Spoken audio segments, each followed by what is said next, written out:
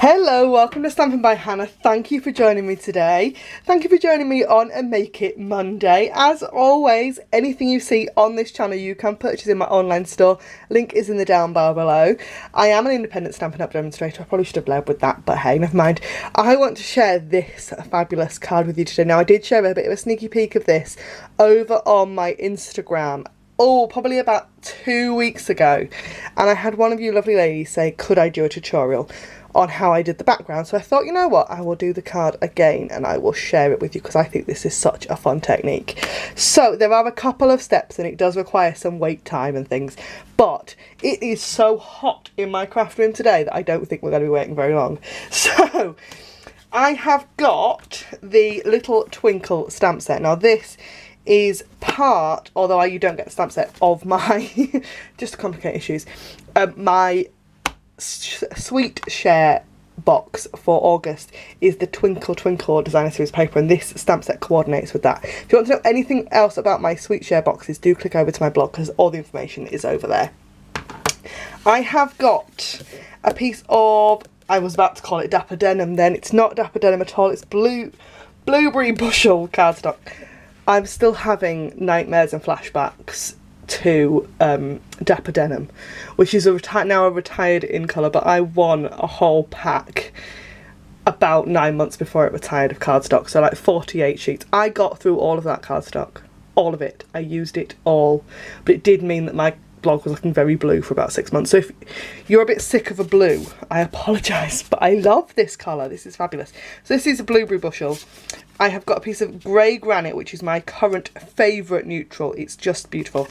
And a piece of watercolour paper. And then I have got exactly the same. No, I haven't. No, I haven't at all. I'm completely lying to you.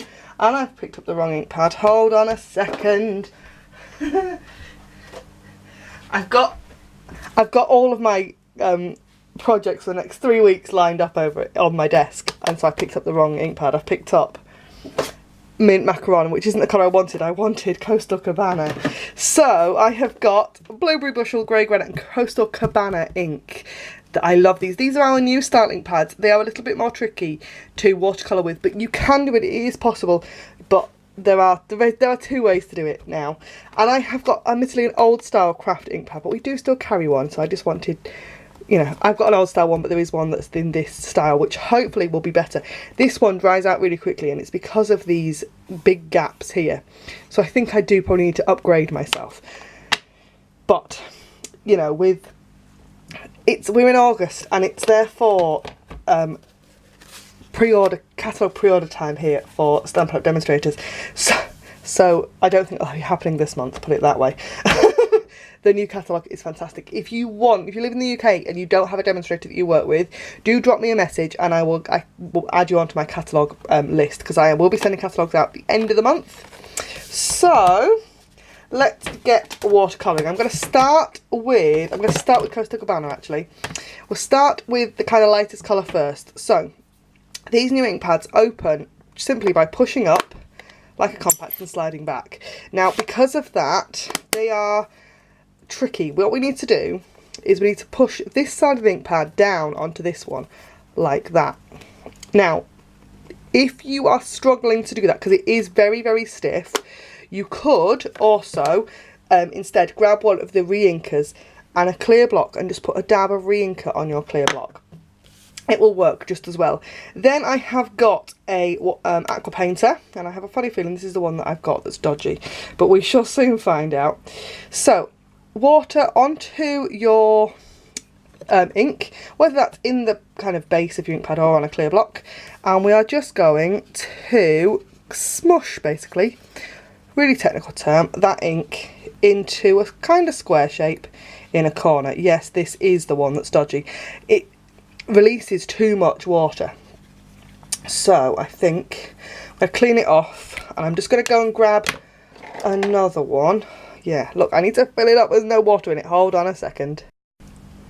Right, different aqua painter. So then we need to do exactly the same with the grey granite. So we're going to squeeze the two sides together. So we've got a pool of ink there, and we're going to pop some water onto that ink, onto the ink, And the same again, we're going to smush it. Really, very technical. And we're going to spread the ink out. Now you can see that I am blending the colour a little bit, so that they will kind of merge into each other, and that's the effect that we're going for. So I'm going to add a little bit more of the granite colour down here at the bottom.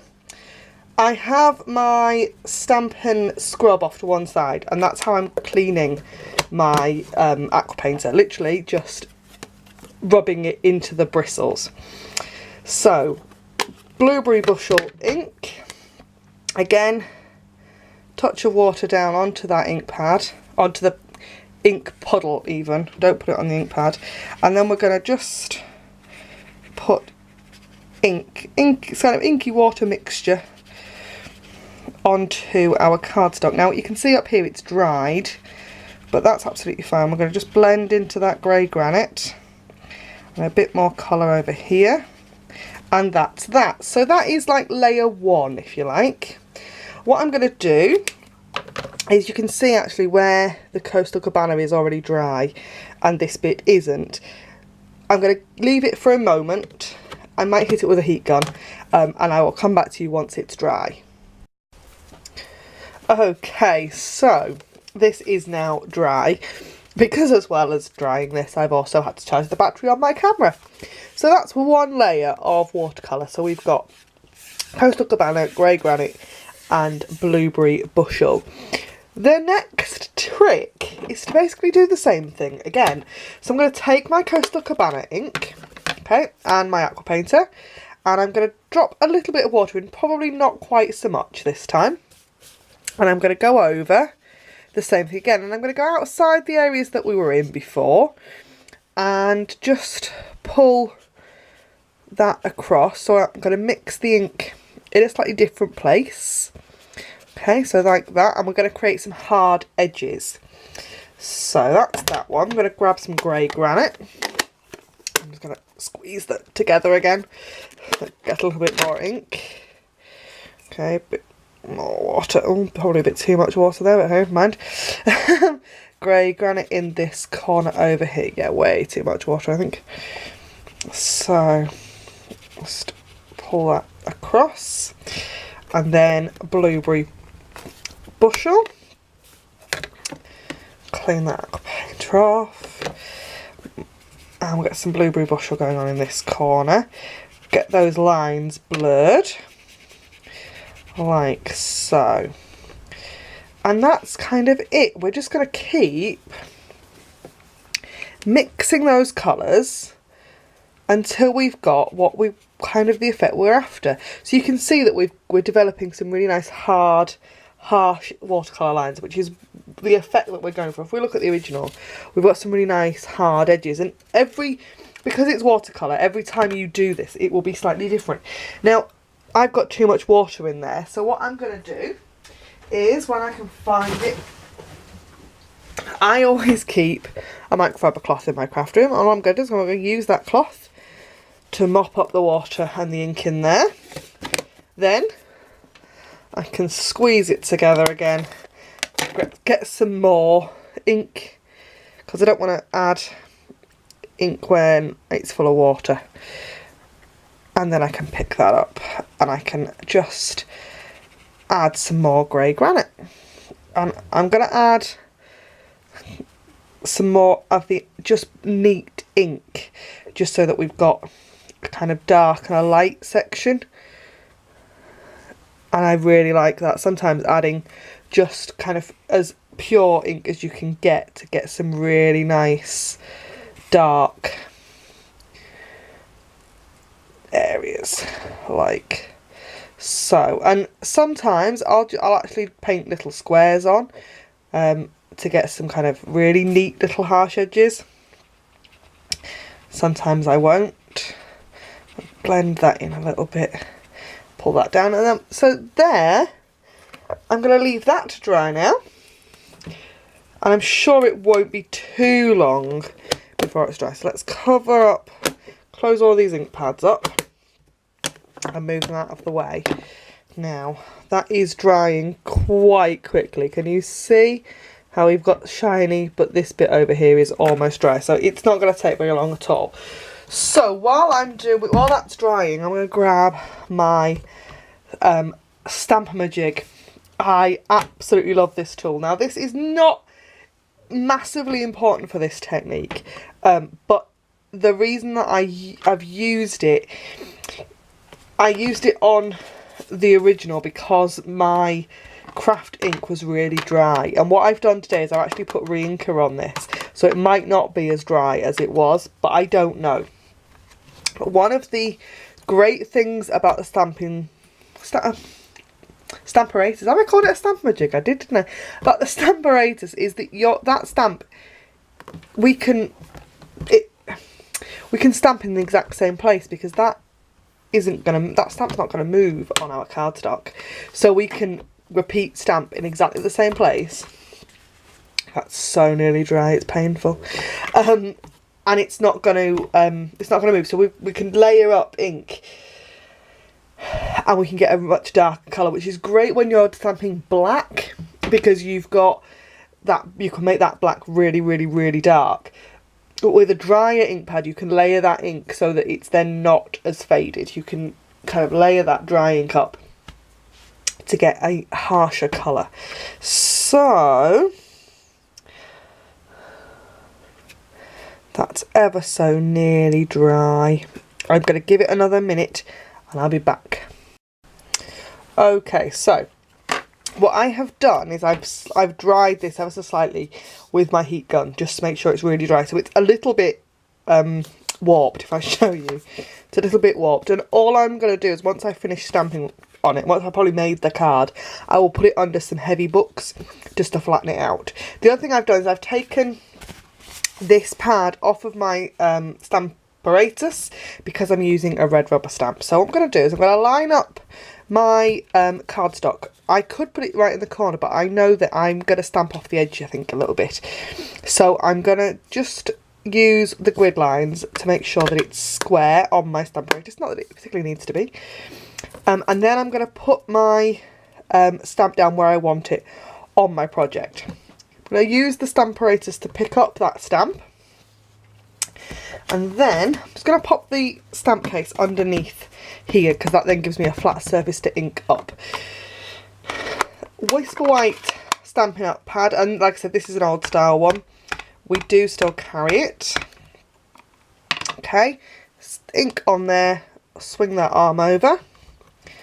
And it's not too bad actually, I don't know how well you're going to be able to see that. I'm going to ink it up again.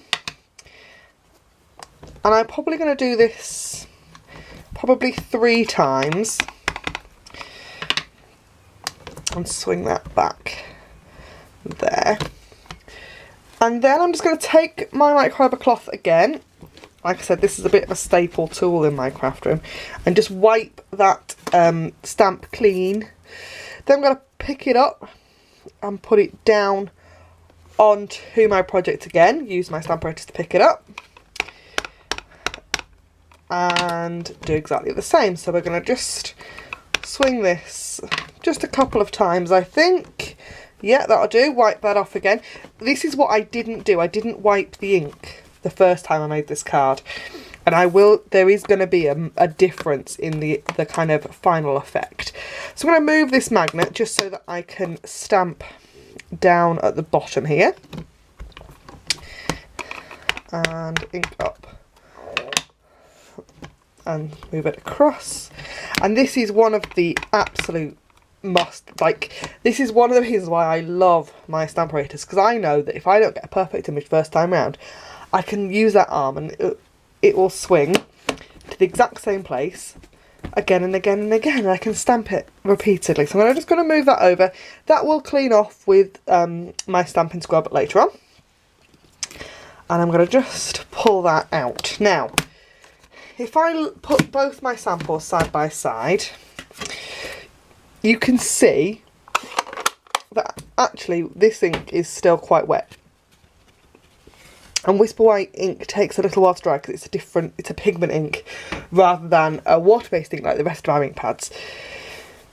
But if you look, I've got 3 clean hearts on that one.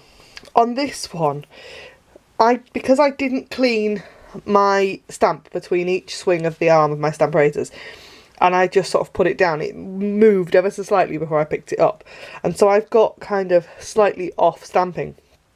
So what I did then was just repeatedly stamped off over my project, so I've got kind of extra little bits and depth, and it's lovely, but I'm going to keep this one clean.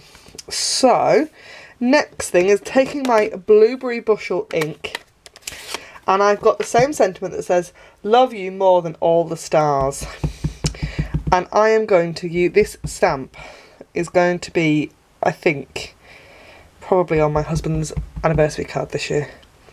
My wedding anniversary is the 8th of August. I can't work out if today, the day this goes up, is before or after.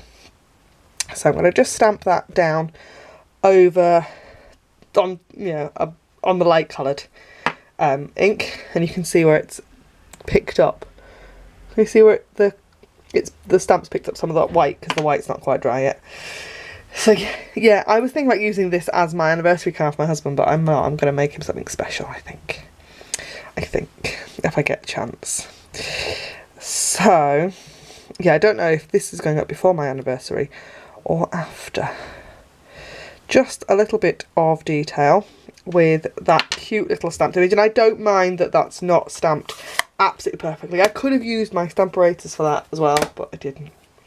So the next thing is just to assemble our card. I'm going to do this quite carefully because I know that white ink is still not dry yet. It will take a little while, and that is partly because it does, like I said, takes a little while to dry anyway. You could heat set it, or what I will sometimes do is put clear embossing powder over it, but I don't want that look today. So, snail, and I'm going to put snail onto this piece of grey granite, and I'm going to leave a border around the outside, but I'm going to put quite a lot of snail on. Because this piece is warped, it's going to need quite a bit of adhesive to kind of help stick it back flat. So what it will then do is you'll see if it's right, because it will then warp the rest of the card, and you can see, look at that. I don't think I've smudged it a little bit, but it's okay. And I'm going to do exactly the same on the Blueberry Bushel piece. Wouldn't usually use this much adhesive, but sometimes needs must, video purposes and all of that. And then I'm just going to layer that on there. And that is how to do a fun watercolour background with Little Twinkle. Isn't that fun? Love that. Thank you ever so much for joining me. Click my face over here to subscribe to the channel, and there'll be a video just there with a suggestion. I don't know which one it's going to be yet because I haven't picked it, but it'll be a fabulously fun video. So subscribe and watch the next video. Do like, comment and subscribe while you're here, and I will see you again next time for another fun video. Bye for now.